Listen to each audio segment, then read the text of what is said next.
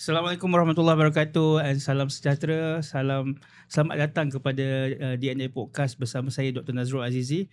Hari ini ialah kita dah episod ke-21 untuk season ke-2 long way to go untuk kita habiskan season ni.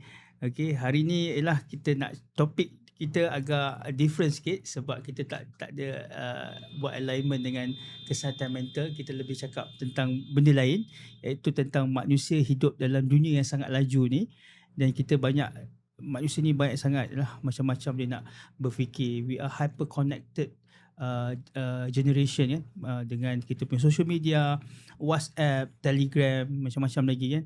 Dan kita membaca lebih banyak tetapi berfikir semakin sedikit. Baca tapi fikir sikit. Dan kita mempunyai pelbagai akses ilmu tanpa batasan, AI, Gemini, Cloud dan sebagainya. Tetapi kita semakin suka untuk fokus dan merenung sesuatu ilmu tu. Dan kehadiran AI ini ada pelbagai pro and cons. Dan muncul satu persoalan juga, adakah teknologi yang sedang membantu manusia ini lebih bijak ataupun perlahan-lahan mengambil alih kemampuan sebenarnya seseorang manusia atau untuk berfikir sendiri. So hari ini saya ingin membincangkan tentang manusia, artificial intelligence, budaya membaca dan masa depan dalam ilmu moden. Bersama saya hari ini juga DNA juga sebenarnya, iaitu yang berbahagia Profesor IR Dr. Naharizul Adib Kadri, iaitu pengarah Press Universiti Melaya. Prof, Yes. apa khabar Prof? Siap, Alhamdulillah. Alhamdulillah. Tapi sebab saya mantan pengarah Corporate.com dia nak mention kalau profesor belum bahagia lagi. Okey. Dia yang berusaha. Yang berusaha. Dia bahagia kalau dapat datuk kan. Tapi saya aminkan lah. Ya, amin. Tak lama ni dapat datuk ni Sam Tak lama ni, rasanya a few years dapat datuk. Ke dah dapat datuk tak simpan ni. Kan, simpan pada ni. Okay Prof, how's your journey come to our studio Prof? Macam mana? Memang menarik.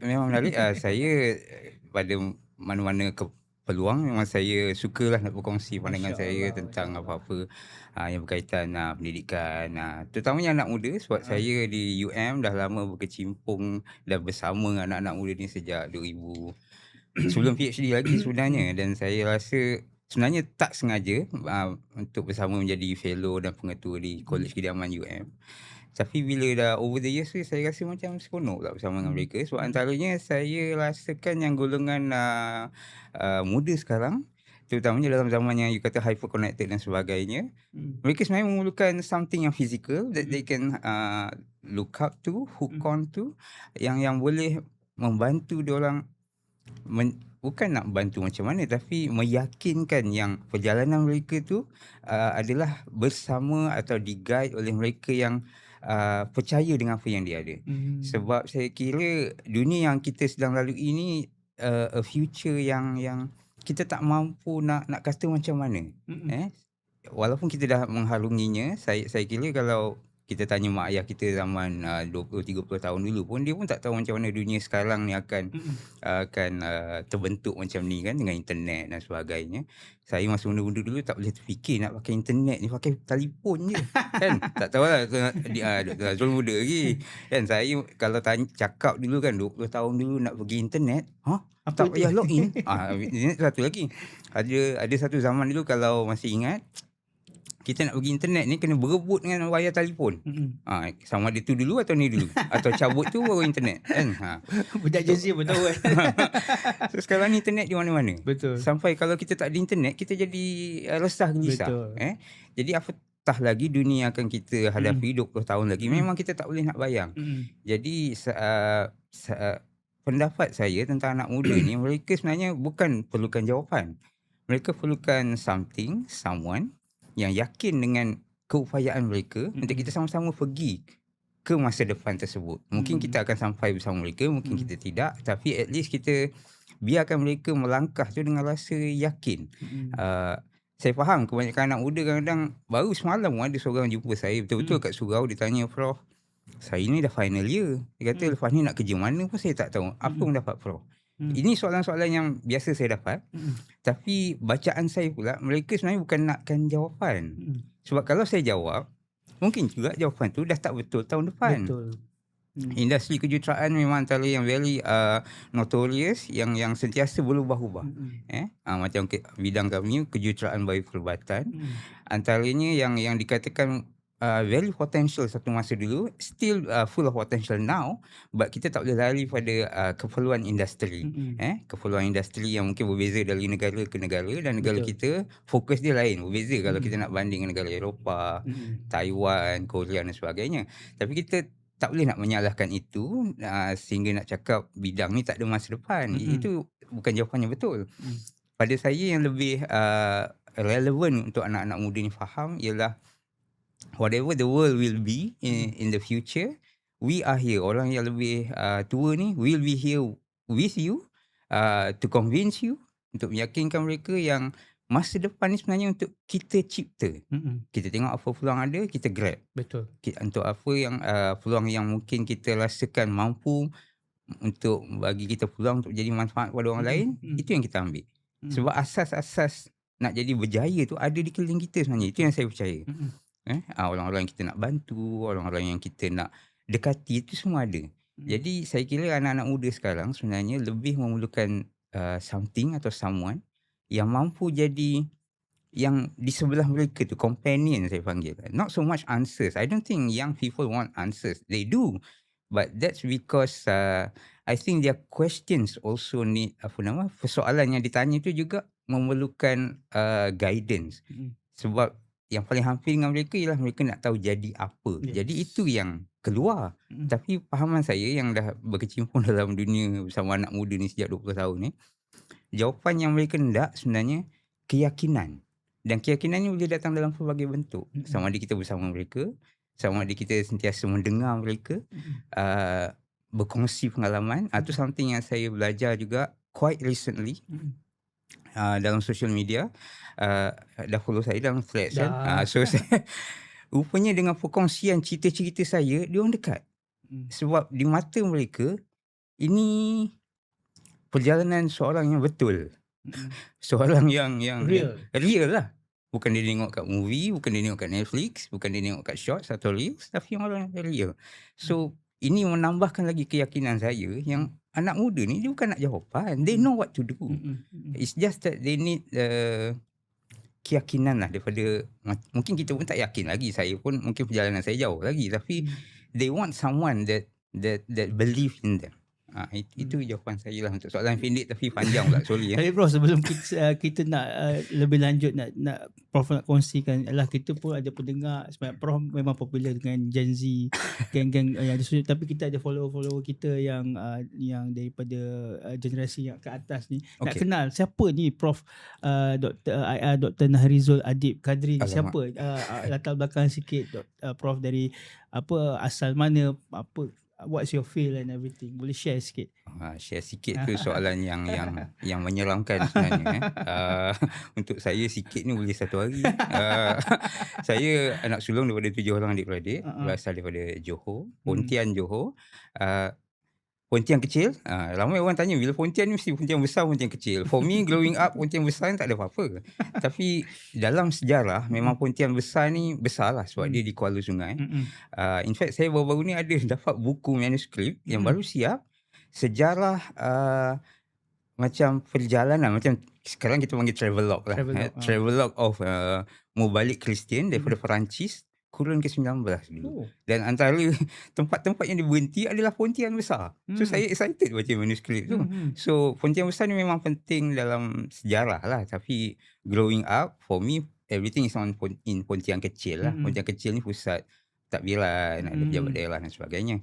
So saya daripada Pontian kecil, tapi sekolah rendah saja. Sekolah menengah saya masuk ke asrama, ke College Melayu Kuala Kangsar. MCKK lah. Ni Makoba ni. Ya, Makoba. Tapi saya tak berdaftar. Ahli tak berdaftar.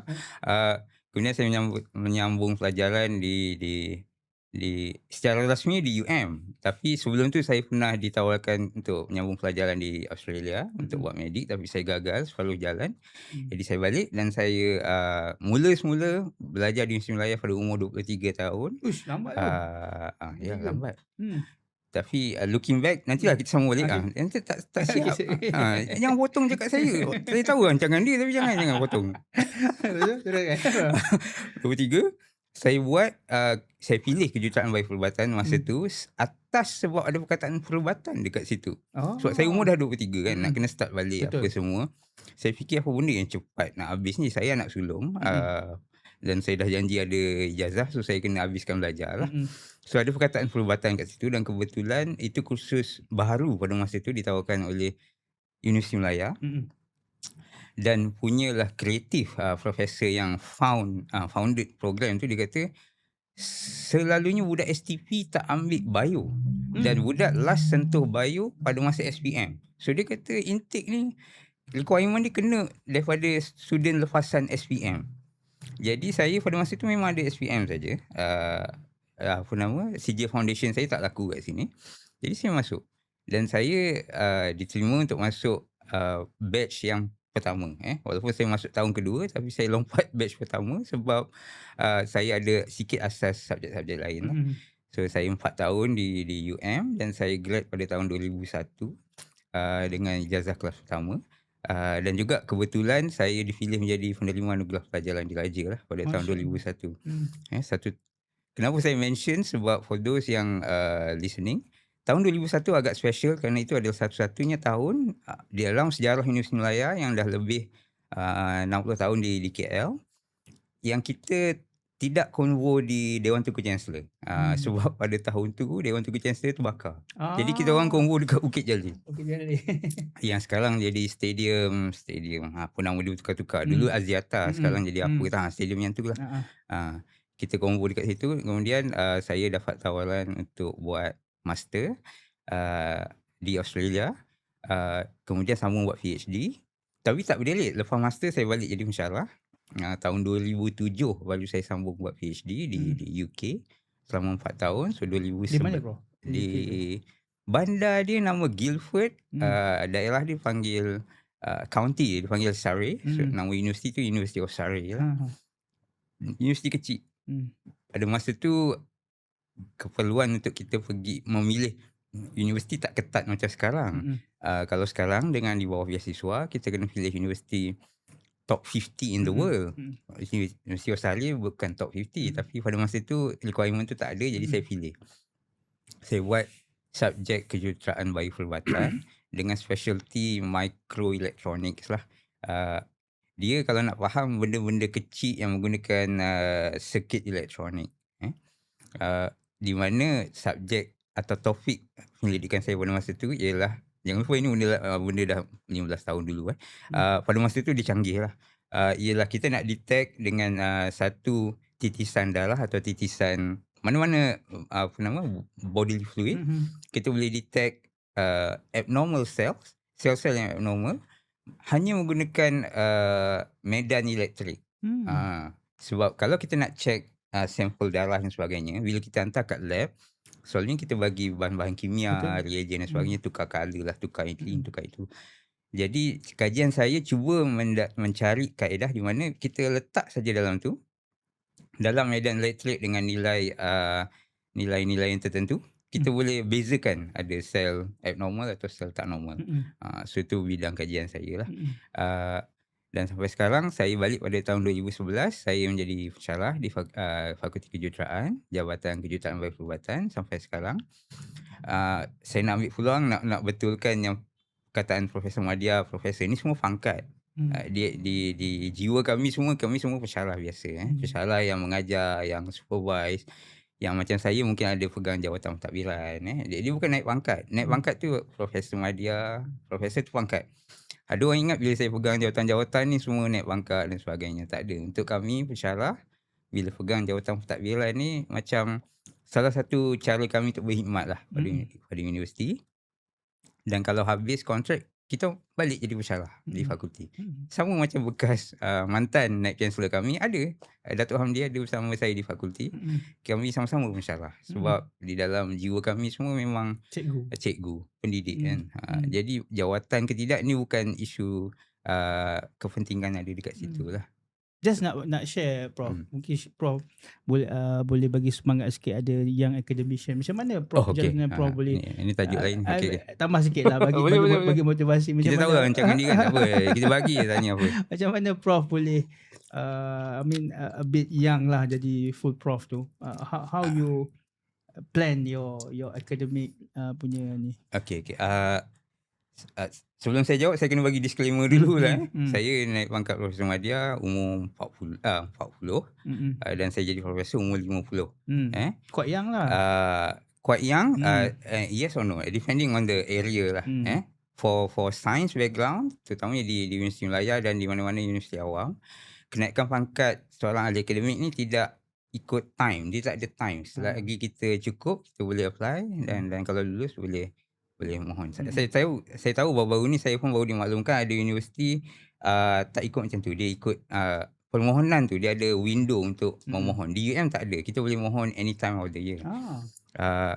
Cumanya saya nak tekankan kat sini, lain bidang, lain peluang untuk kenaikan pangkat, satu, dan lain universiti, lain kaedah dia untuk permohonan dan juga penilaian lah. Dan kita tak nafikan kenaikan pangkat ni satu benda yang penting dan juga something yang kita nampak. Tapi suka saya nak kongsi lah. Saya tahu saya dah naik pangkat, mungkin saya boleh cakap something yang lebih luas. Tapi kalau saya jumpa diri saya yang sama 20 tahun dulu pun, saya akan bagi nasihat yang sama. Iaitu kalau dia macam ni, soal rezeki, kenaikan pangkat, dia ada elemen masa. Betul kita ikhtiar, betul kita usaha, tapi ada satu elemen yang memang rahsia daripada kita. Masya-Allah. Kalau betul kita berjanji dan yakin yang semua ni kita serahkan pada Allah SWT, seboleh-bolehnya saya harapkan juga kita latih diri kita untuk menjadi lebih besar untuk terima yang mungkin masanya belum tiba. Betul.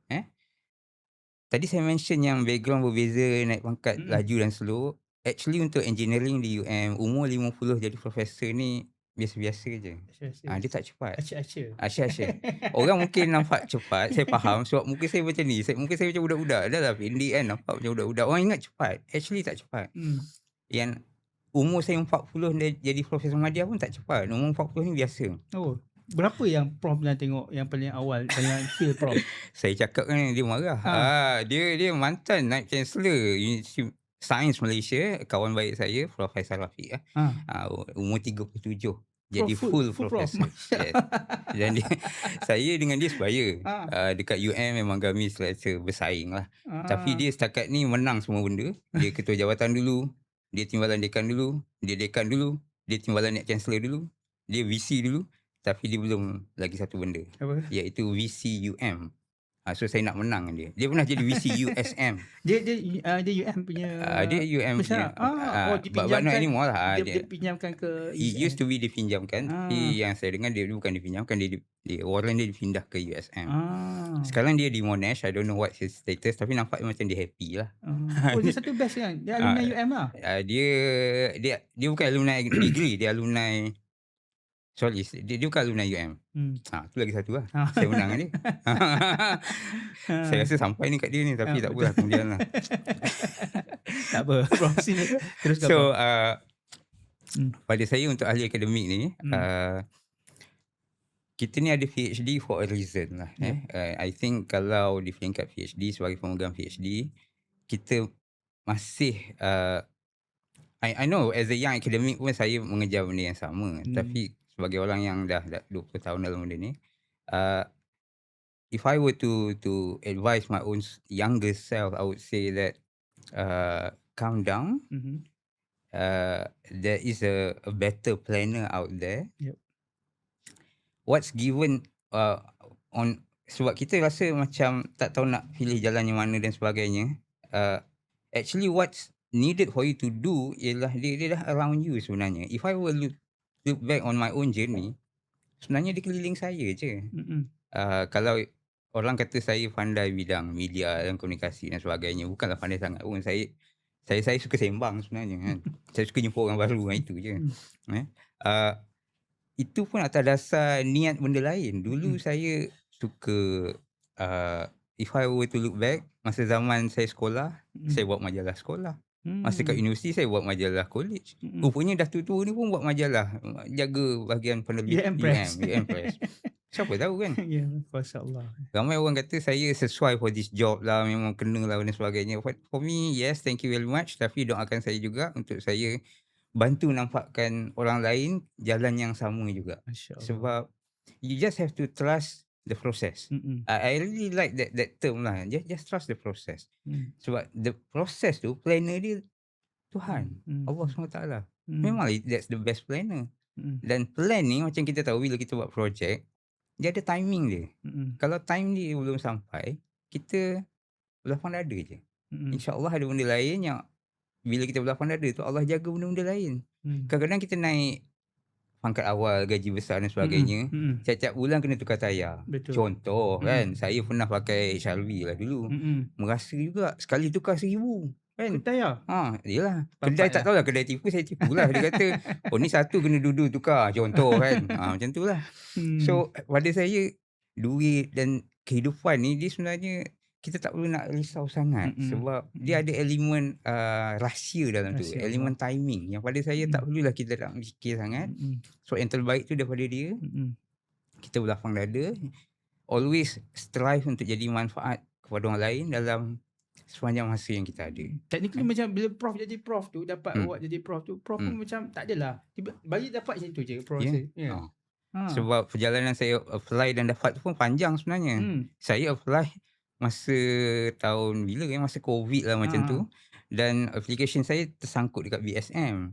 Sebab saya apply pada masa di mana keperluan IR, nama saya ada IR kan, dihapuskan. Dekan saya pada masa itu hapuskan. Pada masa itu saya tak ada IR lagi. So saya submit sebab saya dah cukup. Kemudian bila ada satu masa keperluan tu di-instate balik. Tapi permohonan saya dah kat BSM. Jadi dia macam dingdong kat situ. Jadi fakulti merasakan saya perlu ada IR juga. So saya apply IR dulu. Tapi permohonan saya dah dekat BSM lah. So itu yang jadi lama permohonan saya. Katanya lah, saya tak tahu lah. Kalau BSM tipu, saya tipu lah.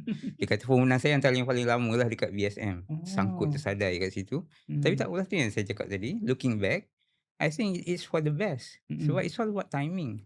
Imagine if I were a professor much younger, I pun tak tahu apa I buat dengan duit kan. Maybe saya joli ke benda, saya tak tahu kan.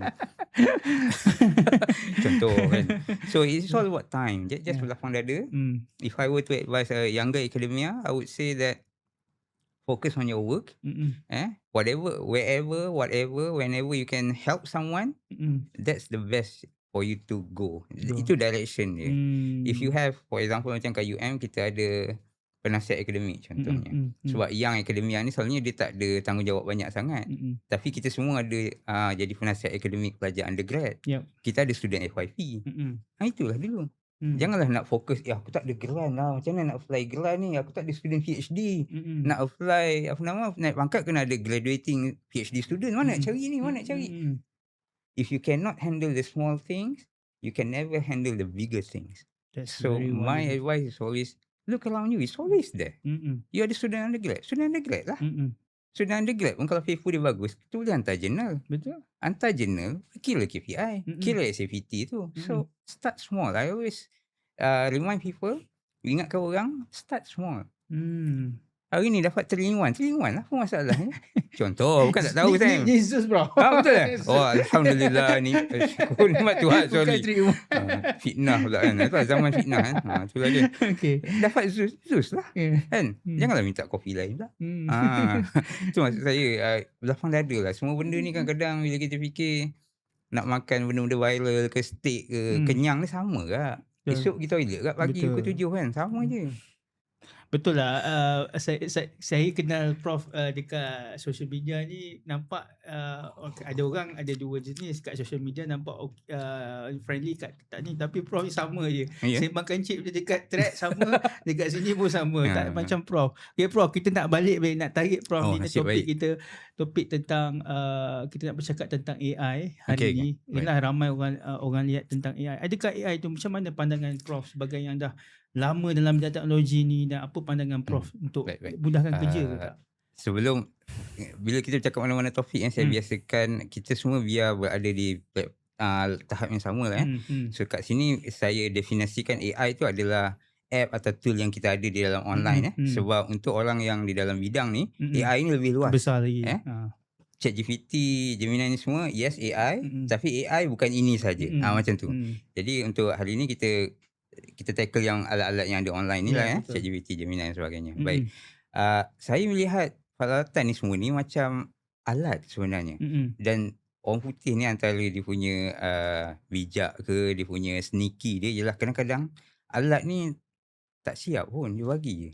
Tengok apa jadi. Sebab daripada situ nanti dia boleh tengok macam mana kita boleh olah untuk dia lebih dapat untung.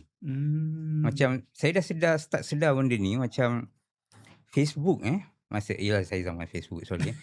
Was around when Facebook was launched in 2009, 8 macam tu lah.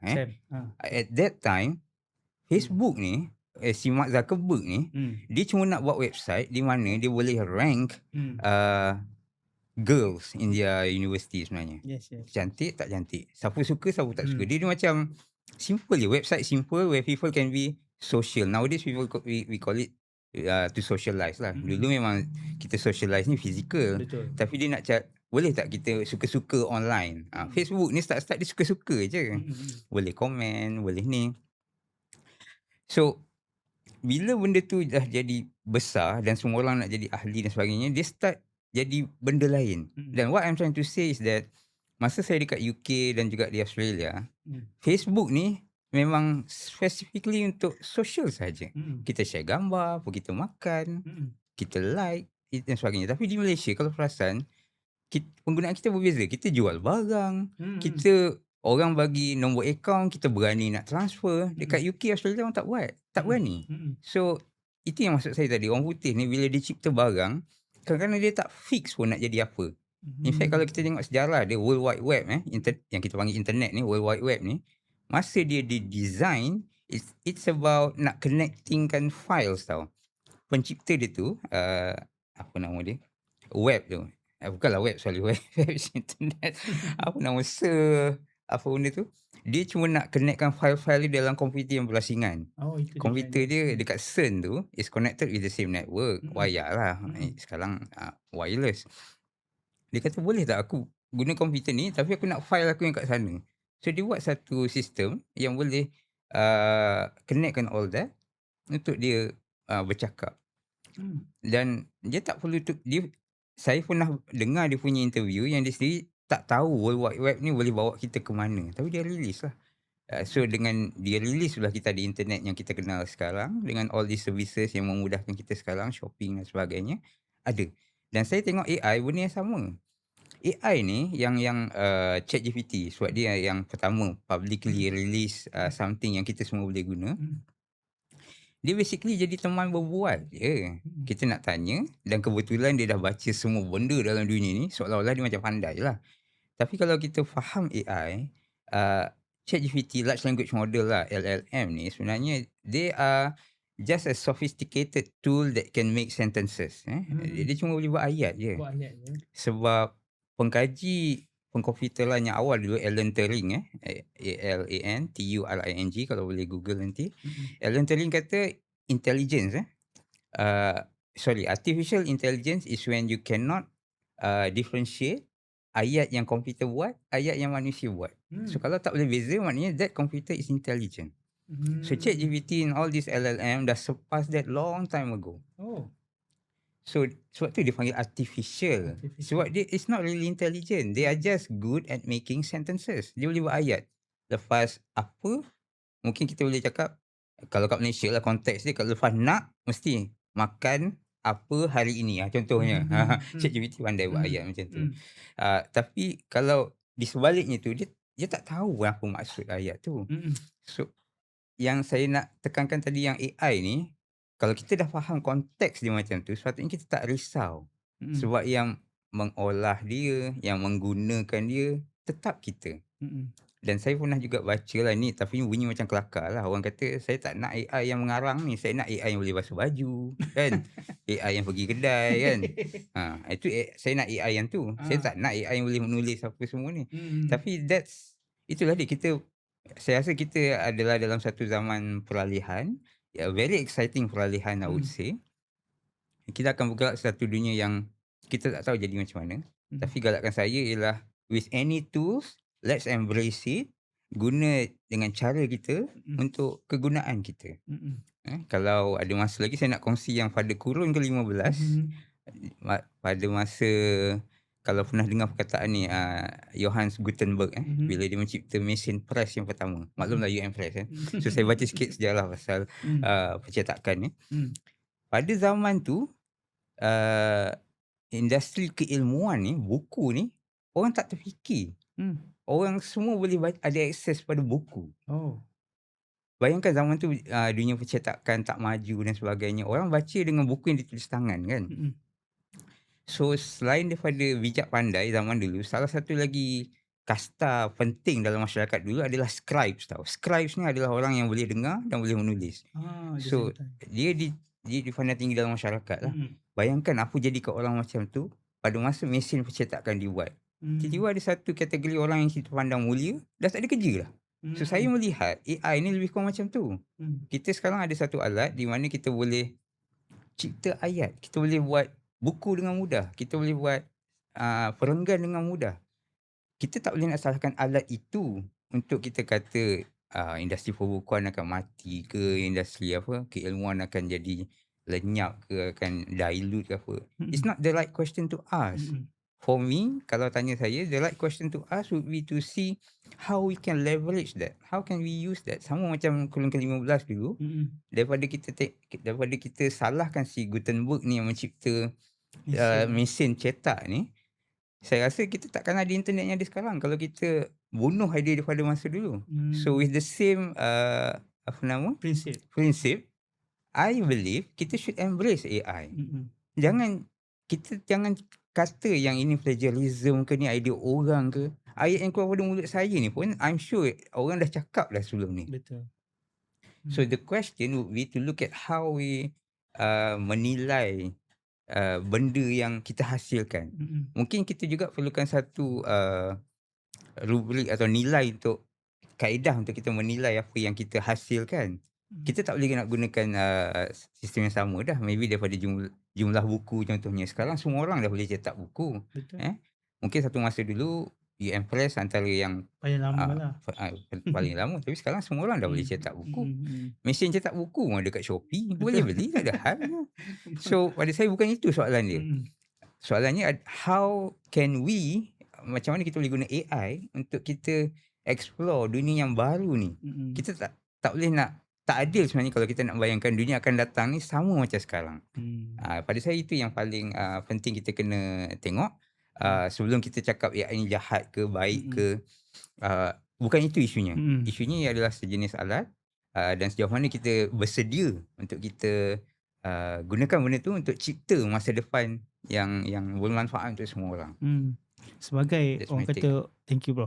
Sebagai orang yang dalam dunia akademik Prof, dalam pemerhatian Prof, adalah sebagai ahli akademik senior, pemikir sains juga, dan mengapa generasi hari ni Prof yang kita lihat susah nak fokus dan cepat terganggu dan mudah mengalami overstimulation dengan teknologi ni sebagainya. Okey, ini soalan cepu cemas ni. Saya panggil cepu cemas sebab soalan yang biasa ditanyakan. Tapi saya seperti biasa saya nak bagi disclaimer dulu. Apa-apa jawapan saya dalam ni adalah pendapat peribadi saya. Dan saya background saya pun biomedical engineering lah. Bukan bidang kaunseling dan psikologi.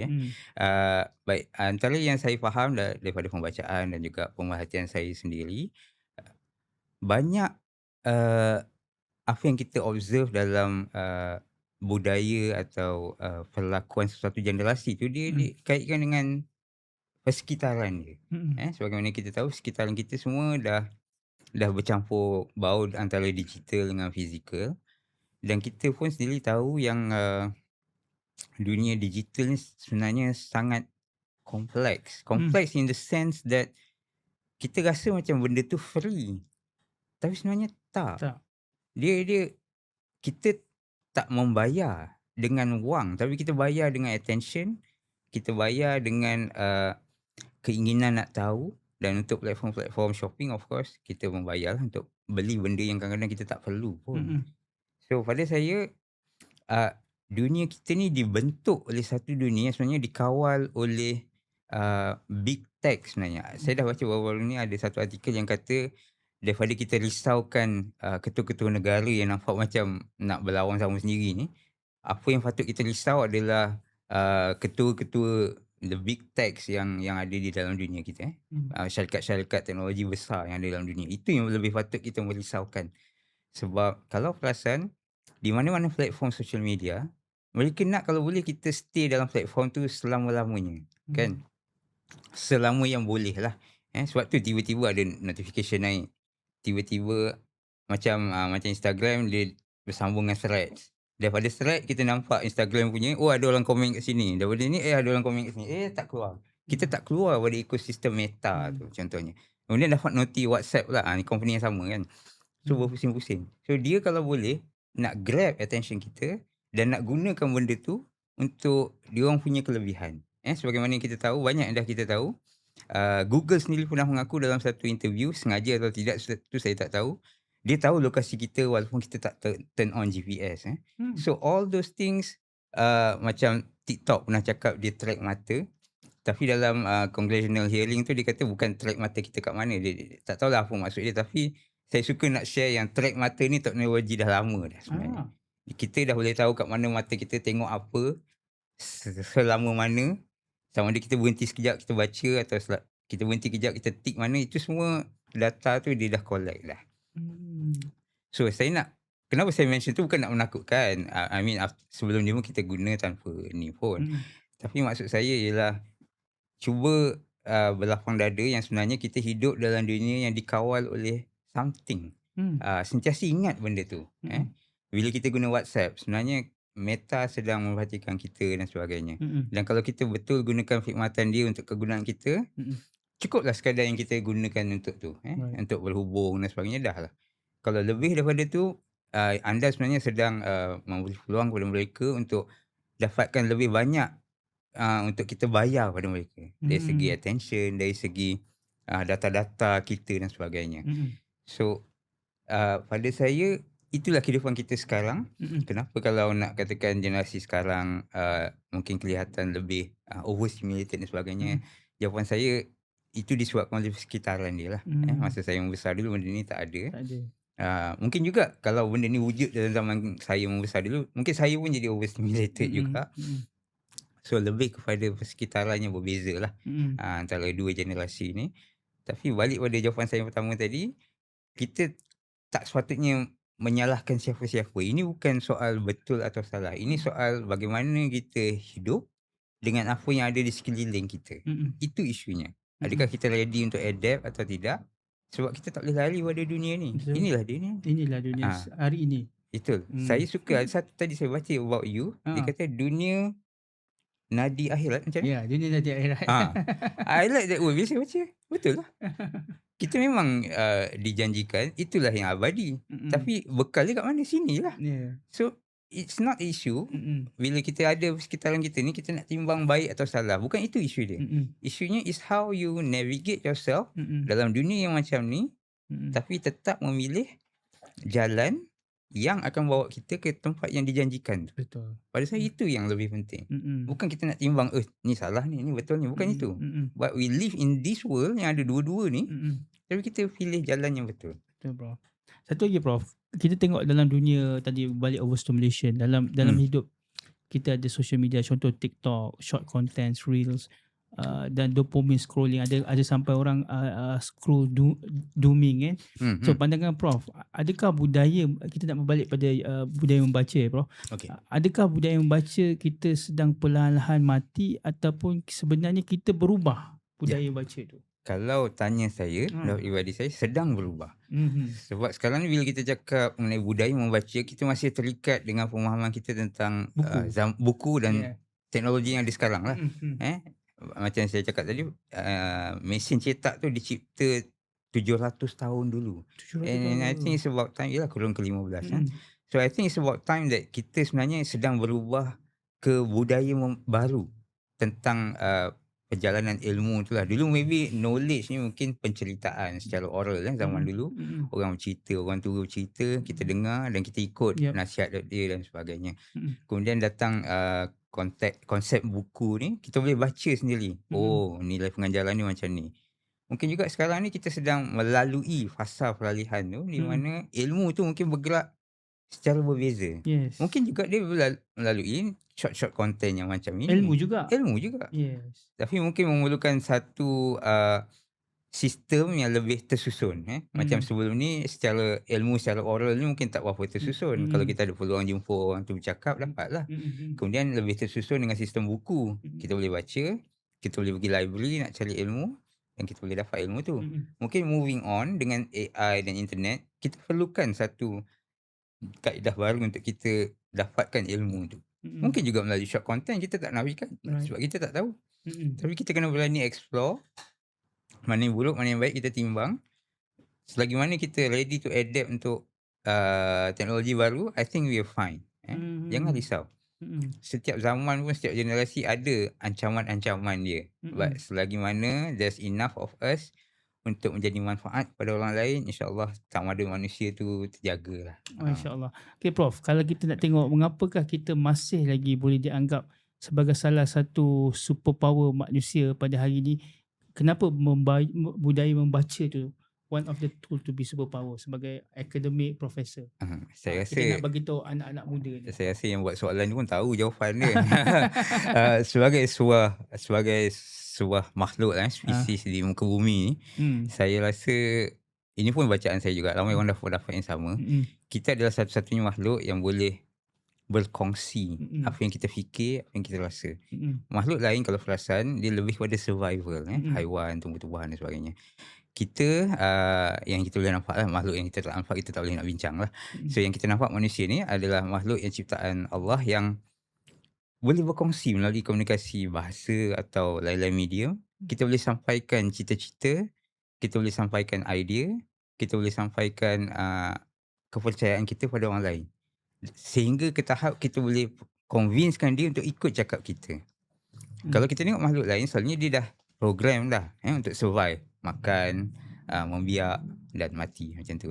Tapi manusia ni ada kelebihan lain yang Allah ciptakan, iaitu kita boleh berkomunikasi dengan 5 panca indera kita ni, kita boleh berinteraksi dengan persekitaran kita.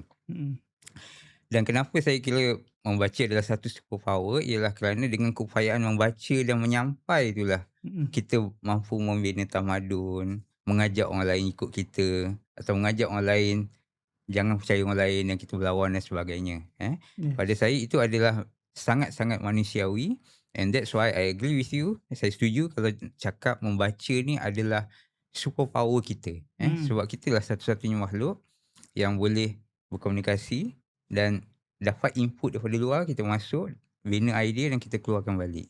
Saya rasa itu memang satu yang unik, kelebihan yang Allah jadikan, dan tak salah kalau kita nak panggil dia sebagai satu superpower manusia lah, membaca ni. Kita nak bawa pada Prof sebagai pengarah UM Press. Okey.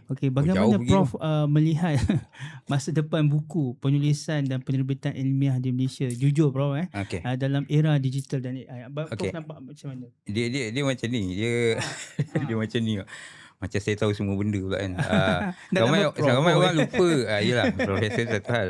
Saya jadi pengarah UM Press ni baru 4 bulan. Tapi saya belajar laju sikit lah sebab ramai orang harap dengan saya. Ni pun PBA KL ni pun saya menggagau juga ni. Kan, kena prepare buku baru dan sebagainya. Dia buku, untuk masa depan. Jangan lupa untuk persediaan masa depan. Masa depan ni sentiasa perlukan sesuatu daripada masa silam untuk dia bina. Walaupun benda yang baru, dia perlukan something daripada masa silam. Something tu could be the solution or it could be the problem. Yes. Pada kurun ke-19, saya suka baca sejarah. InsyaAllah. Pada kurun ke-19 macam tu, di mana-mana besar New York dan London, pada masa sebelum Henry Ford buat kereta lah, buat kereta. Tom Ford tu designer kan, Henry Ford buat kereta. mereka gunakan kereta kuda. Betul? Mm-mm. Kereta kuda ada carriage kat belakang dan sebagainya. Mm. Pada zaman dulu dia rasa kuda tu bagus lah. Mm-mm. Siapa yang ada banyak kuda tu orang kaya lah. Mm-mm. Sebab dia boleh transport macam-macam. Betul. Hasil daripada ladang boleh cepat sampai ke bandar dan sebagainya. Tahu tak apa masalah utama bila banyak sangat kuda dekat bandar besar ni? Tak tahu. Masalah menguruskan najis kuda. Oh, najis kuda. Kita duduk hidup zaman kurun ke-20, kurun ke-21 ni kita rasa macam kelakar masa kan. Mm-mm. Tapi kalau kita boleh bayangkan kita hidup zaman tu, dia logik sebab masa zaman tu tak ada kereta, dia tak ada medium untuk transport selain daripada mengharapkan tenaga haiwan, which is kuda lah yang paling efisien. Sebab kuda ni kuat. Makan sama je macam lembu, tapi lembu duduk kan, dia bagi susu, daging dan sebagainya. Tapi kuda ni boleh bekerja. So pada masa tu dia orang tak boleh terfikir apa lagi nak buat ni. Tapi Henry Ford cakap dengan enjin yang dicipta, which is very efficient, dia kata all we need to do ialah letak minyak dan dia jalan lah. Tapi orang kata ini kena bagi kena isi minyak, kena beli ni hassle lah kan. Tapi bila masalah najis kuda tu sampai dah tak boleh nak settle, kalau di New York, di upstate New York memang tempat menguruskan najis kuda. Boleh baca sejarah dia. Memang tempat menguruskan sisa kumbahan kuda ni, sebab dia hantar semua kat sana. So sampai dah tak boleh nak settle, baru dia orang terima hakikat yang kita memerlukan solution yang moden untuk kita selesaikan masalah ni. Sebab dengan masalah najis ni, masalah infection, masalah penyakit, masalah kebersihan, dia berkait. Jadi bila masalah tu tak boleh selesai, dia nampak solution, dia guna. Jadi balik pada buku ni, mungkin pada masa ni kita rasa buku ni macam tak relevan lah. Aku nak baca, aku baca sekejap lah dekat online ni, apa Prof Hadib tulis hari ni kan, tengok apa dia tulis kan. Rasa lebih seronok. Baca buku ni kena investment lah, masa dan sebagainya. Tapi jangan lupa, masalah tu belum cukup kuat untuk kita menafikan peranan buku masa ni. Sebab banyak lagi aspek yang di mana buku ni belum boleh digantikan oleh sistem internet. Contohnya yang paling mudah saya boleh bagi contoh ialah buku ni, dia ada permulaan, dia ada tengah, dia ada conclusion. Konten social media selalunya tak macam tu. Betul. Selalunya kita dapat apa kita nak cari je. Okey, dah dapat. Kita tak ada dapat background story, kita tak dapat apa masalah yang dicuba selesaikan dan apa pandangan pakar mengenai akan datang sebagainya. Tapi buku ada benda-benda macam tu. Betul. Dan buku juga ada benda, kalau macam buku akademik yang UM Press terbitkan, di hujung tu ada bahagian indeks. Indeks ni menyenaraikan term-term, istilah-istilah, konsep-konsep yang penting untuk kita juga tahu pasal benda tu. Dan di mana benda ni diperkatakan dalam buku tu. Kalau macam baru-baru ni, atau buku yang bakal saya pula UM Press terbitkan untuk PBAKL adalah mengenai holistic well-being. So di dalam well-being ni, dia berkaitan tentang nilai, berkait tentang hubungan etnik contohnya. Kita tengok konteks ni penting, kat mana dia bercakap ni? Oh, di page 32. Kita pergi page 32. Yes. Untuk internet kita tak boleh buat macam tu. Sangat bergantung dengan soalan kita. Kita nak baca apa hari ni? Kita nak tahu apa hari ni? Kenapa Trump tiba-tiba macam ni? Kita terus ke situ. Kita tak baca sejarah Trump ni kecil dulu meniaga apa. Kita tak ada. Tapi buku ada jawapan dia. Jadi saya kira buat masa ni buku kekal relevan sebab dia belum mampu teknologi digital dan internet belum mampu mengambil alih peranan buku yang lebih lengkap pada saya dalam menyampaikan ilmu tu. Jadi masih relevan. So di Pesta Buku Antarabangsa Kuala Lumpur 2026 ni berapa banyak judul yang Prof daripada UM Press akan bawa? Kita akan bawa beberapa judul yang memang kita dah ready. Saya make sure staff saya siapkan 10 judul. Nanti tengok di platform saya, tengok apa tajuk-tajuk dia. Tapi UM Press ni adalah penerbit akademik. Jadi kita tak adalah buku-buku novel, buku-buku healing tak adalah. Tapi saya percaya buku-buku kami, mana-mana yang mencari nilai-nilai ilmu yang mungkin jarang dikupas oleh penerbit lain, boleh datang kepada gerai kami yang ada di tingkat apa? Tak tahu ye. Tak ingat, tapi di Dewan Tun Ismail. Saya tak tahu tingkat berapa. Okay. Bersama penerbit-penerbit MAFIM yang lain lah. Kita mungkin akan ada live di sana pendengar insyaAllah dengan di Pesta Buku nanti. Kita drop by Prof Hadib punya boleh. Okey, Prof. Saya boleh bagi kitchen UM saya bagi. Okey, Prof. Kita dah selesai tentang UM Press ni. Okey. Kita nak tanya pasal konteks universiti, Prof. Oh, okey. Tadi Prof pun dah cakap tadi pasal Prof dah lama dalam younger generation. You was a fellow in the college. So kita nak bawa bagaimana ahli akademik dan pendidik dan ilmuwan boleh kekal relevan dalam era media sosial yang attention, ekonomi dan AI ni. Macam mana nak kekal relevan, Prof? Okey, soalannya menarik. Tapi kalau saya jawab mungkin orang rasa kau dah biasa bercakap dan sebagainya. Betul. Tapi suka juga saya nak kongsi semuanya macam yalah hadis 40 tu. Semuanya bergantung pada niat sebenarnya. Dan ramai orang merasakan social media ni sesuatu yang asing. Betul. Social media ni bukan setakat Twitter, X, Facebook. Status pun social media. Betul. Netflix social media. Spotify social media. So, dia lebih pada niat. Adakah kita berkongsi tu untuk menunjuk-nunjuk, memang dia akan jadi penat. Betul, menunjuk ni kita bukan nak cakap soal betul atau salah. Tapi minat atau motivasi untuk berkongsi benda-benda yang kita buat, memang perlukan motivasi. Tapi kalau dia bergantung pada niat kita, macam niat saya lebih kepada nak tunjukkan yang kita semua are with you. Kalau siapa yang follow social media saya akan perasan saya kurang kongsi pasal family, tapi saya lebih banyak kongsi pasal apa saya buat, dan saya banyak kongsi tentang apa student saya buat. Sebab I want to show that they are not alone in this journey. Yes. Dan kalau niat dia yang itu, sebenarnya untuk pensyarah lain, akademia lain, boleh buat benda yang sama. Kita tak boleh tunjuk semua. Ramai orang salah anggap bila masuk social media kena tunjuk semua. Tak. Cuba tengok berapa banyak yang saya post yang pasal peribadi saya. Tak ada. Banyak sembang kacik, Bro. Betul. Sembang kacik. Lagi satu, saya faham konsep bercerita ni. Kita tak boleh cerita semua. Betul. Macam cerita. Saya selalu bagi contoh dalam my talks. Sebab saya minat bidang penceritaan, bidang storytelling. Kalau kita tengok cerita Sang Kancil, yang paling basic lah, Sang Kancil dengan buaya kan. Betul. Pada suatu hari, Sang Kancil berjalan di tepi sungai. Kita tak tahu mak bapak dia siapa, mak ayah dia nama apa, pergi sekolah apa, makan apa pagi tu, tak tahu kan. So, konsep yang sama guna di social media, kita buat penceritaan kita sendiri. Kita adalah siapa? Saya adalah pensyarah yang rapat dengan student. Itu yang kita tunjuk.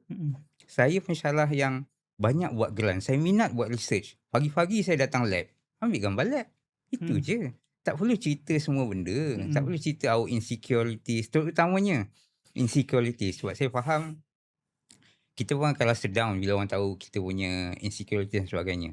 Dan budak-budak pun tak nak tahu pun kita takut itu, anxiety pasalnya, tak nak. So kita kongsi benda yang kita sendiri suka buat, passionate about, kita admire about. Macam hari ni saya tak tahu, tak di plan, Tun Siti Hasmah drop by halaman. Masya Allah. Saya dapat gambar, saya ada event masa tu kat DTC. Saya tanya staff, dah balik ke belum? Dia kata belum, Prof. Larilah kejap. Saya lari balik. So benda tu saya share. Kita tak perlu share semua. Saya tak perlu share yang saya berlari tadi. Masa sikit lagi nak masuk longkang dan sebagainya. Itu tak payahlah cerita. Itu aib kan. So memang lari, Prof. sebab takut dia dah balik lah. So berbalik pada niat tadi. So kalau niat kita nak bercerita untuk menginspirasikan orang, stick with that niat. InsyaAllah you akan dimudahkan untuk berkongsi benda-benda yang serupa. Yes. Dan again saya nak ingatkan, social media memang tak minta when you share semua benda. Tak ada prerequisite. Tak ada. Itu semua adalah misconception kita sendiri yang rasa kalau aku tulis semua ni semua orang tahu ni. Actually sangat bergantung pada apa yang kita share. Dan jangan lupa social media ni antara kelebihannya terutamanya platform yang terbaru macam TikTok dan Threads.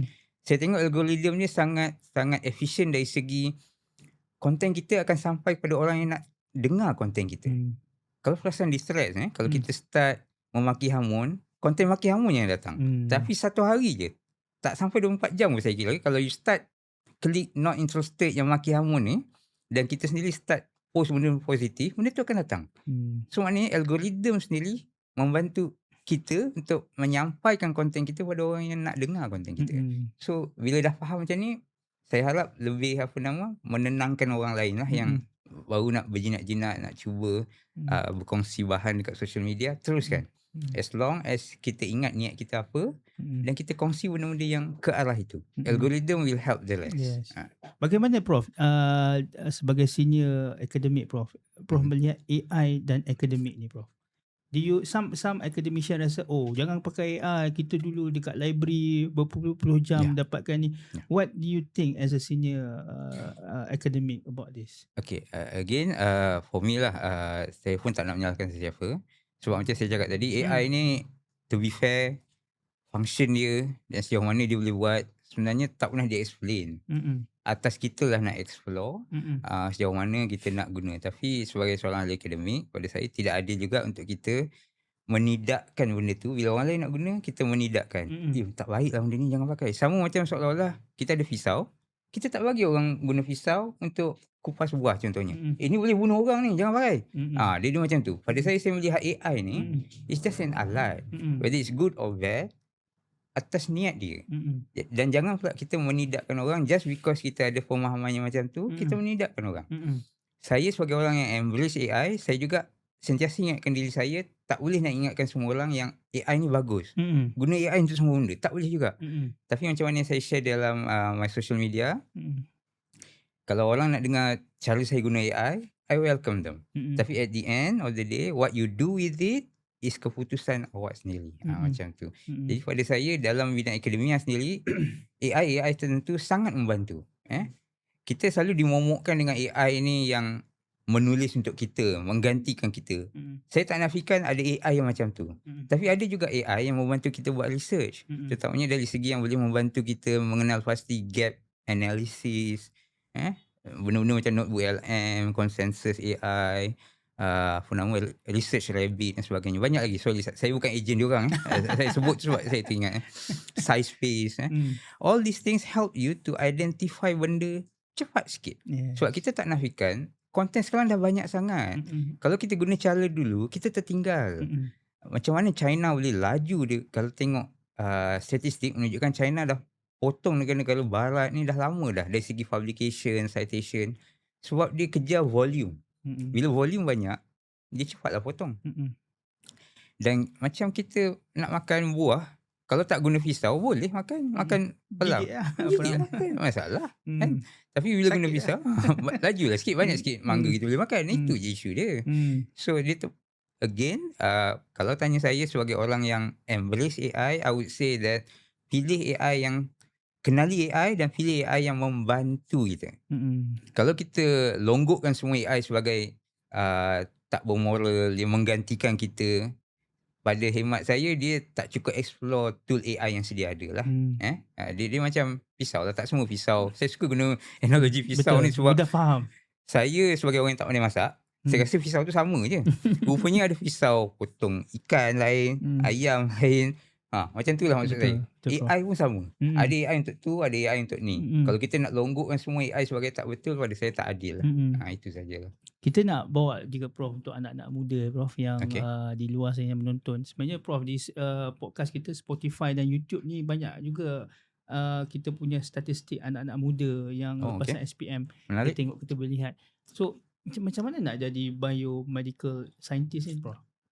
What you see about biomedical scientist, biomedical engineering in Malaysia, and how to be, what do you see about that? Biomedical engineering ni kalau di Malaysia industri dia luas lagi, tapi di industri di Malaysia dia limited dari segi industri itu sendiri. Sebab kita fokus pada hospital dan juga industri yang berkaitan hospital tu. Sama ada kita supply barang atau kita design hospital dan sebagainya. Dia berkaitan itu, sama ada kerja di pihak kerajaan atau swasta, dia berpusing benda itu berkaitan hospital. Menguruskan hospital, design hospital. Design hospital pun biomedical. Design. Okay. Ramai, bukanlah ramai, tapi ada di kalangan kami bekerja di dalam company-company yang bantu kerajaan dan swasta untuk design hospital. Dengar macam, okay, so what? Tapi design hospital ni jangan lupa tanah, akta tanah, kebenaran PBT. Ini, dan sekarang kita dah ada MDA, Medical Device Authority, di mana kita memperlakukan nak pakai kena dah laluan tu dulu. So application dan sebagainya. Bidang ni jadi luas. Ayat dia mungkin senang, design hospital, maintain hospital, supply hospital. Tapi bidang ni luas lagi. Mm-mm. So itu yang kalau tanya saya, keperluan tu ada, jangan risau. Cumanya kita sendiri kena berani explore, berani ambil pengalaman dulu. Macam saya katakan tadi lah, if you cannot handle the small things, you cannot handle the big things. So start small. Ada je company yang start dengan just supply barang. Mm-mm. Tapi daripada supply barang tu, kita kenal vendor lain. Kita Betul. kenal, bukan setakat kenal, skill ni. Skill bercakap, skill nak berkongsi apa yang kita ada, Mm-mm. skill membaca. Mm-mm. Kalau sebagai engineer, kebanyakan engineer akan faham tentang nak baca macam data sheet, Mm-mm. nak buat presentation. Itu semua skill-skill asas Mm-mm. yang seorang graduate kena ada sebelum dia boleh pegang tanggungjawab yang lebih besar. Mm-mm. Sebab sebagai seorang jurutera, at the heart of our job ni sebenarnya kita nak menyelesaikan masalah. Macam mana kita nak menyelesaikan masalah yang di dalam satu pasukan, kalau kita tak ada nilai-nilai kepimpinan tu tadi. Yes. Nilai kepimpinan pula antaranya boleh bercakap dengan orang, Mm-mm. berani bercakap dengan orang, boleh convincekan orang. Boleh bercakap dengan siapa-siapa bro. Antaranya. Dan benda tu kita tak boleh nak cakap, oh ni ilmu engineering. Tak. Tapi dia dapat dalam proses kita belajar kursus engineering tu. Jadi in a way, kalau ada peluang cakap dengan anak muda ni, antara pesan saya mudah saja. Minat tu kat mana, kita explore. Jangan limit dengan apa yang kita faham, limit apa yang kita dengar. Kita teruskan apa yang di depan mata kita ni. Saya tak main ML, tapi saya faham konsep dia ialah, sebab dulu kalau ingat ada game nama World of Warcraft. Konsep dia sama je. Kita ada geng, kita berjalan ke depan, dengan kekuatan yang kita ada, kita agak-agak, peta tu gelap kan, kita tak nampak semua kan, tapi kita explore dengan kekuatan yang kita ada. Kita kena susun team kita. Selalunya yang, tak tahulah dulu taktik saya lain, mungkin taktik sekarang lain. Yang api selalu kat tengah, macam tu lah. Yang boleh tembak jauh, kita letak kat wing, macam tu lah. Tak tahu, sorry kalau taktik saya salah, maafkan saya kan. Tapi saya nak cakap, moving forward dalam kita explore masa depan kita, lebih kurang sama. Kita takkan tahu the big picture. Map tu yang kita nampak tu hanya selepas kita berani explore dekat-dekat ni. Kita explore, ini dah hujung tanah dah ni. Kita boleh agak yang ni, nanti tanah ni bertembung macam ni contohnya kan. So hidup kita macam tu juga. We can never tell the big picture selagi kita tak berani nak explore sikit macam tu. So kalau untuk lepasan SPM, nak dapat keputusan bagus dalam subjek sains, explore lah peluang untuk buat subjek-subjek STEM, engineering, pure science. Tak apa, jangan risau takut.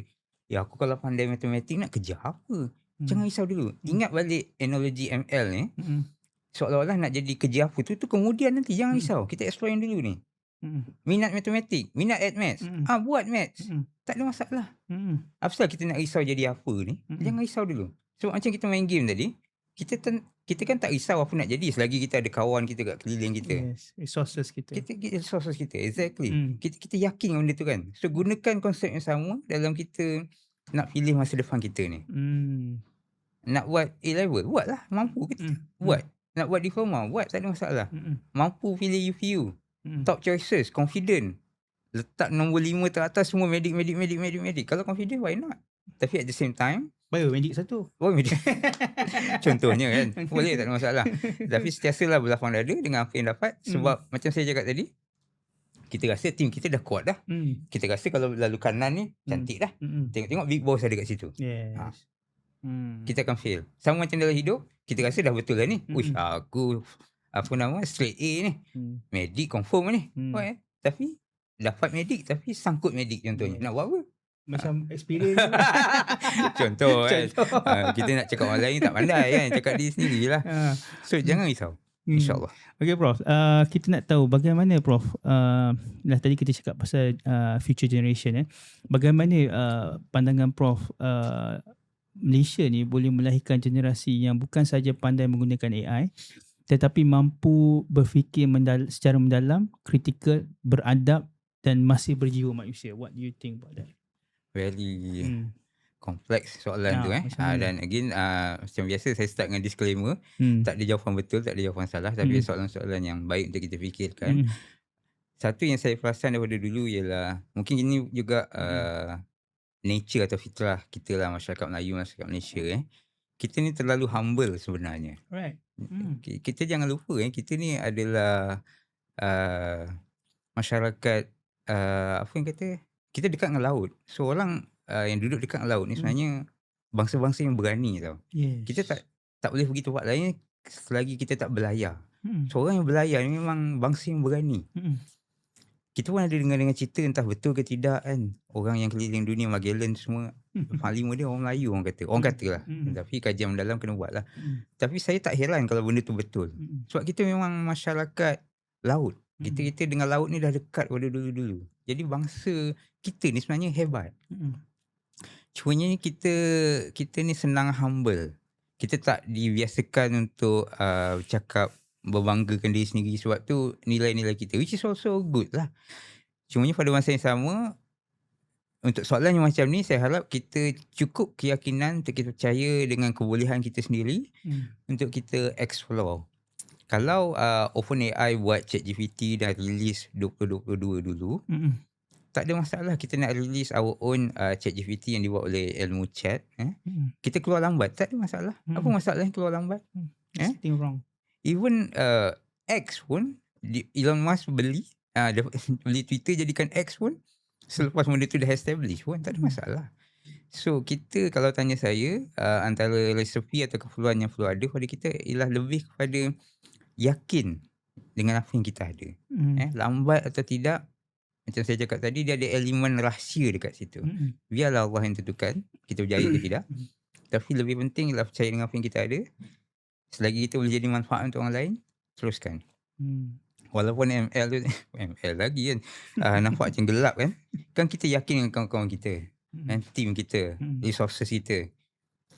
Yakin je. Go ahead. InsyaAllah the world is yours for you to create. Selagi mana you percaya dengan apa yang kita ada. Prof, this is going to be a personal question. You can answer or you can not to answer this question lah, Prof.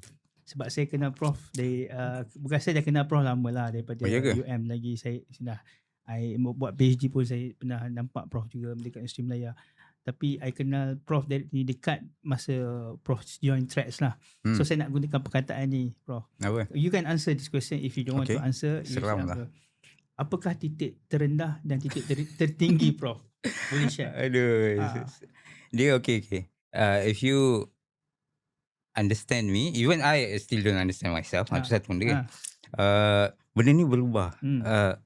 Something yang you rasa high might not be seen high now. Macam tu. Titik terendah yang pada masa tu, but not now anymore. And if you understand me, saya anggap ni semua is just a perjalanan. Tapi untuk menjawab soalan tu adalah. Dia macam dengan my wife, kami ada jawapan untuk soalan-soalan yang biasa orang tanya. Kan? Macam makanan kegemaran. Saya sebenarnya makan semua benda je. Tapi bila orang tanya makanan kegemaran, ada jawapan. Sebab macam tu lah. Sebab kita tak nak hampakan orang. Dan kita tak nak untuk tak jadi manfaat pada orang lain lah. So untuk for the benefit of this show, I will share that the titik terendah ialah bila saya fail yang medik tu lah. Because I felt that I was a failure.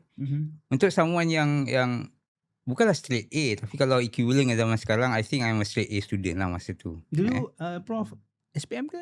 Apa? SPM tapi tak adalah A semua. Sebab zaman tu zaman pakai pangkat apa benda A1, A2 macam tu.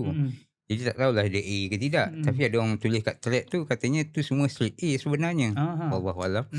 So for someone like that yang straight A dan tiba-tiba fail on something yang dia nak daripada kecil, I think that's a very titik terendah lah. Tak tahu nak buat apa dah. Because that's what I want. I got it, but halfway saja. And then nak buat apa? So itulah titik terendah saya. You was second year, tak you first year? Sebab dulu sistem penggal. Dia gagal satu subjek pun dia kena repeat setahun. So saya sebenarnya dah gagal 2 kali. Saya gagal tahun 1, repeat. And then saya gagal lagi sekali tahun 3. Zaman tu zaman MBBS saya dah lupa dah nama kursus dia. Kursus medik ni 6 tahun. Jadi 3 tahun ni pre-clinical lah. So saya fail lah pre-clinical tu. Itu dia. Jadi kalau nak jawab yang titik tertinggi pula, sama, how you bounce back bila you dah gagal? Okay. How you bounce back? Bounce back ni I can only answer with my current lens lah.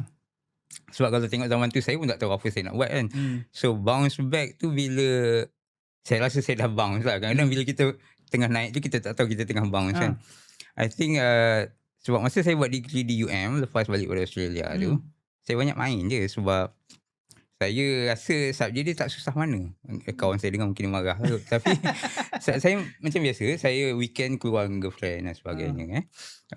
Saya banyak main je masa saya ingat saya di UM dulu, masa undergrad, saya banyak main je. Tapi main cara saya lah.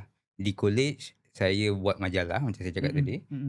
On the weekend, saya keluar jumpa girlfriend. Itu je yang saya ingat lah. Tapi saya ingat juga assignment semua saya buat on time lah. Sebab pada saya tak susah mana pun assignment ni. Sebab Kau kena jaga hati orang yang tengah buat baik-baik. tahu dia dah habis semua tak apa. Dia semua pun dah berjaya dalam bidang masing-masing. It's okay. Tak nak cakap looking back at it now, sebab saya tak perasan benda-benda tu. Tapi saya rasa titik bounce back tu, yang saya rasa saya bounce back ialah bila saya dapat anugerah pelajaran diraja lah. Even when I scored first class untuk the degree, saya tak rasa benda tu is a big deal. Rupanya untuk pelajar Bumi Putra di engineering pada masa tu, untuk dapat first class jarang terjadi. Saya tak tahu sebab saya bukan campur dengan orang sangat. So rupanya benda tu is a big thing. And when I was selected as the penerima anugerah pelajaran diraja, baru saya sedar, oh, this is important. So itu kalau tanya saya, itulah titik saya bounce back lah. Bahawa saya rasa apa ayat dia, kalau saya menulis saya boleh ni, tapi kalau bercakap kadang dia lambat sikit. I'm on to something here lah. I think I'm on the right path to something better lah. Itu sajalah. Untuk dah habis belum? Dah cukup? Dah. So titik tertinggi pula kalau tanya saya ialah dia asyik berubah-ubah kan. Kita macam, you pernah naik Gunung Kinabalu tak? Tak pernah bro. Kita Kinabalu ni dia naik tangga tapi dia macam ada station sikit, macam tu. So bila sampai sini kita tengok, oh dah jauh dah, rupanya ada atas lagi macam tu. Bila dah atas tu, oh tadi rendah je macam tu lah.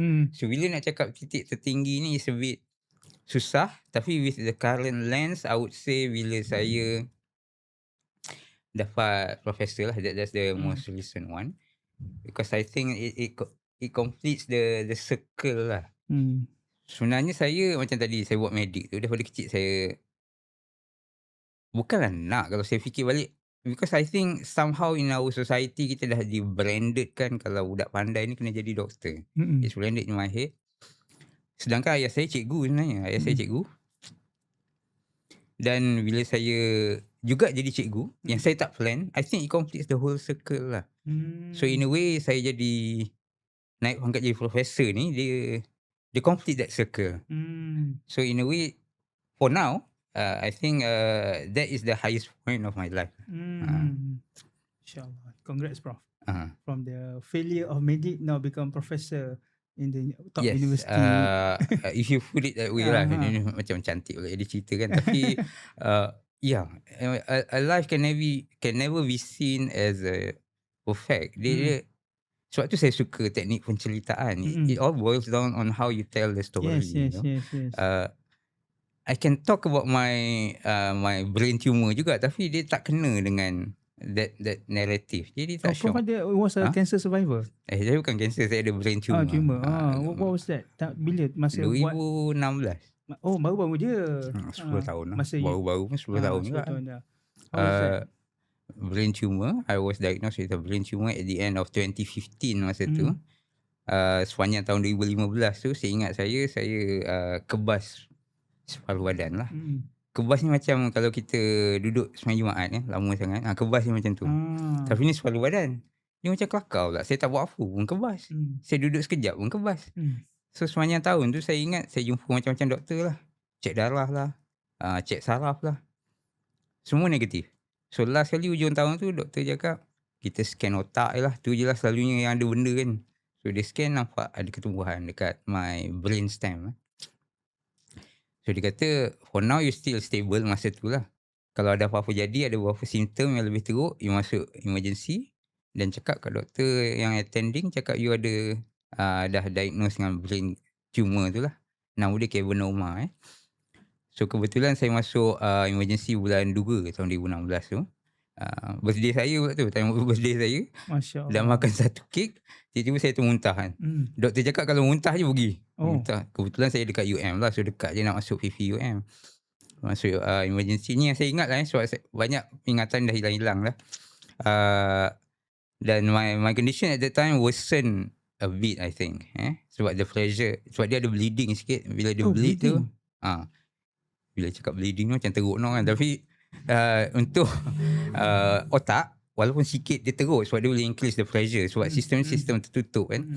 So bila dia pressure, dia affect benda lain lah. So my vision at that time becomes a tunnel. Saya nampak depan je, tapi ni saya tak nampak. And then balance saya out sikit, so saya boleh baring saja. And then bila dia check mungkin lagi teruk dan fat sebagainya, dia terus nak arrange for operation lah. Walaupun dia panggil elective operation, tapi ada kosong saya terus masuk lah. Tak lama, saya rasa 2 minggu saya dekat hospital terus masuk operation. OT, they remove as much as they can. Tapi with brain tumor yang nama cavernoma ni, sebab dia growth of the blood vessel tau, dia salur darah punya growth. Jadi banyak mana dia ambil tu sebenarnya masih ada lagi. Surgeon saya bayangkan dia macam pokok tau. Kalau kita tebang pokok, akar dia ada lagi. Macam tu lah. So konsep dia ialah, kalau nak kira growth tu ada lagi, tapi dia tak membesar. Dia stable. Tapi daripada operation tu sendiri, bukan daripada growth. Ramai orang salah anggap. Daripada operation tu yang dia damage my nerves. So itu yang jadi my right side of the face ni ada paralysis sikit lah. Ramai orang ingat stroke sebab ramai orang presented with stroke, benda yang sama. Tapi kalau perasan, orang stroke ni dia ada masalah lain sebab dia affect dia punya otak. Jadi ada yang ada lumpuh dan sebagainya. Saya sebenarnya tak ada apa-apa, saya cuma muka je. Dan balance saya out sikit lah. Saya tak boleh naik basikal lah sekarang, dia macam goyang-goyang sikit. Tapi problem drive. Drive boleh. Drive dia gini. Dia kalau gini tak boleh. So itulah. So bila saya cerita orang faham. Tapi saya kalau cerita, kalau dia fit the narrative lah. Because I don't feel it is a big part of me. Sebab I am. Saya still seketul Adib yang sama lah macam ni. Kalau you kata you tengok saya kat social media macam ni, jumpa macam ni, saya sama je. So for me, it doesn't affect me. So I didn't really think of it as a big part of me. Sebab tu kalau nak cerita titik terendah ke titik tertinggi ke, cerita operation ni tak masuk. Sebab for me it's just part of my life. Tapi cerita medik tu memang masuk lah. Sebab cerita medik tu senang orang relate. So saya cerita lah. Okay Prof, kita nak tanya soalan terakhir Prof. Jika Prof diberi peluang, kita nak bagi tahu generasi akan datang, seluruh anak muda Malaysia ni, Prof pun dah cerita titik terendah, titik tertinggi Prof tadi. Apakah mesej yang paling penting Prof tentang ilmu, tentang resilient, jangan give up, tentang membaca dan tentang masa depan? Macam mana Prof nak tinggalkan kepada anak-anak muda ni Prof? Banyak tu kan? Boleh ambil 15 minit boleh Prof? Saya pensyarah ni, kita kalau ajar satu subjek tu, dia kena 14 minggu tau. Dia 14 minggu, lepas tu ada exam, ada test, ada group assignment. Itu pun ujung-ujung ada budak fail lagi kan? So pesanan saya untuk yang menonton dan mendengar, dan ini juga pesanan yang saya akan beri pada diri saya sendiri untuk umur 30 tahun yang lebih muda. For me, take heart, berlapang dada. Sebab everything happen for a reason. Semua jadi sebab, ada sebab dia. Sama ada we will, ini sorry lah English sikit, bahasa orang kampung saya. Either you will earn something or you will learn something lah. Hidup ni sangat adil that you will not lose. You takkan kalah. You ada dua je. Sama ada you will get something, you earn, or you will learn a lesson, which is also something that you dapat. Betul. So itulah keadilan Tuhan. Hidup ni cuma macam tadi lah. Tadi dunia nadi akhirat. Itu kita punya motto Bro. Sebab dia tak ada yang rugi kat dunia ni. Tapi kita kena have the right mindset lah. Kita fail tapi kita belajar. Lesson kita earn. Bukan benda tu teruk sangat. So, kita just pick up yourself. And itulah. Dan satu yang saya tak tahulah peribahasa ke apa, dia kata orang Jepun punya, dia kata, Hmm. jatuh 7 kali, bangun 8 kali. Tak tahulah kenapa 7 tu pula dia pilih, tapi point dia ialah, just pick up yourself, itu je, because life will always give you, 2 things, either you earn or you learn, Yes. 2 saja. So jangan risau. If you percaya dengan benda tu, insya-Allah you will move forward lah. Keep moving forward, bro. Tak ada apa-apa, tak ada yang kurang for you, Mm. Kita rasa kurang sebab kita compare dengan orang, siapa suruh? Yes. Siapa suruh compare dengan orang, tak ada bendanya. Betul. Hmm. Alright, terima kasih Prof Adib yang sudi datang ke studio DNA Podcast untuk season kedua, episod ke-21. InsyaAllah kita banyak kita belajar dengan Prof ni. Bukannya belajar saja tentang akademik, kehidupan dan sebagainya, bagaimana Prof menempuh segala cabaran dan ujian. Terima kasih sangat Prof Terima kasih, atas sama. kesudian. Kita tahu Prof banyak jadual yang sangat padat. Lagi-lagi baru 4 bulan di pengarah Ya, press betul. ni Pesta Buku is coming. So, terima kasih luahkan masa di DNA Podcast. Dan Sama. kita nak tutupkan di DNA Podcast episod ke-21 ini, cabaran terbesar masa depan adalah mungkin bukannya kekurangan teknologi, tetapi adalah kekurangan keupayaan untuk berfikir resilient dan membaca dan memahami diri sendiri. Yes. Kerana AI itu boleh membantu manusia mencari jawapan, tetapi hanya manusia yang mampu mencari makna. Saya Dr. Nazrul Azizi, terima kasih kerana menonton DNA Podcast untuk episod ke-21 season kedua. Terima kasih. Assalamualaikum. Terbaik. Harap membantulah Sam. Amin, terima kasih Jangan Prof. banyak Terima kasih. sangat edit.